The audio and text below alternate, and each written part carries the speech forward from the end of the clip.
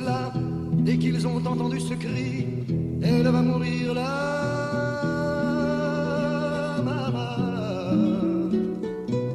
Bonjour Isabelle. Bonjour Laurence. Alors, la généalogie intéresse de plus en plus de Français. Selon un sondage Ipsos qui vient de paraître, 61% des Français auraient déjà entrepris des recherches sur leurs origines et sur leur patronyme. Alors, c'est toujours un petit peu fastidieux, ça fait toujours un peu rat de bibliothèque, la généalogie. Et là, il y a un outil moderne, logiciel informatique. Qui vient compléter et qui est très utile aujourd'hui parce qu'il y a une véritable demande. C'est-à-dire qu'on a toujours eu des passionnés de généalogie, certains en ont même fait un métier.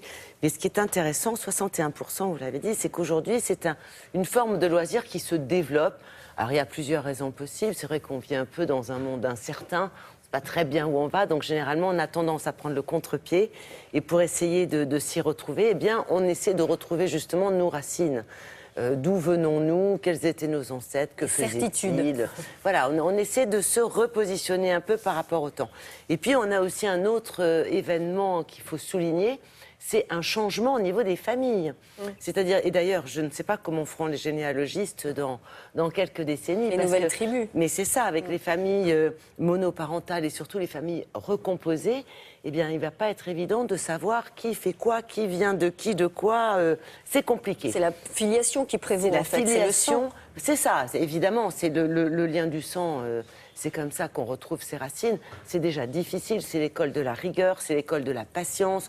On a rencontré, par exemple, un passionné qui travaille sur sa généalogie depuis 1978. Certes, il est remonté jusqu'au XVIe siècle.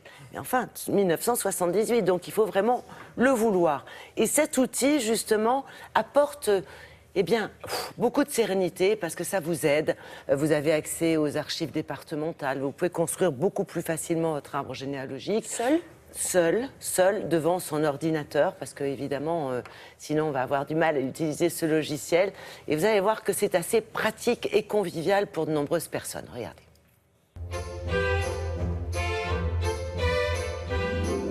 Nous proposons un logiciel pour créer son arbre généalogique, organiser les personnes, les photos, les notes, les actes de votre généalogie. Le logiciel va aussi servir à dessiner tous les graphiques de généalogie, parce que c'est jamais à jour un arbre généalogique. Et puis ensuite, on a aussi des pistes de recherche. Donc le logiciel va vous orienter à quel endroit chercher telle et telle branche de la généalogie. On peut remonter déjà facilement jusqu'à la Révolution française, puisque l'état civil a été créé en 1792.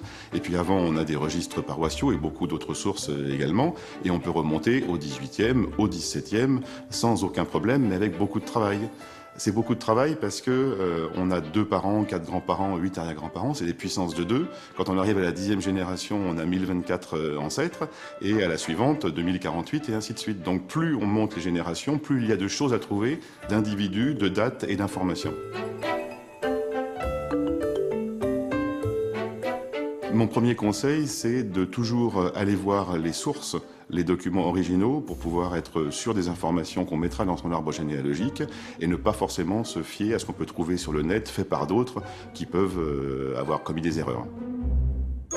Pour être sûr de bien progresser en généalogie, il ne faut pas s'attarder uniquement sur l'état civil, sur les registres paroissiaux. Il faut aller voir différentes sources, comme par exemple les notaires, les rôles de taille, qui sont les impôts de nos ancêtres, ou le recrutement militaire, ou les recensements.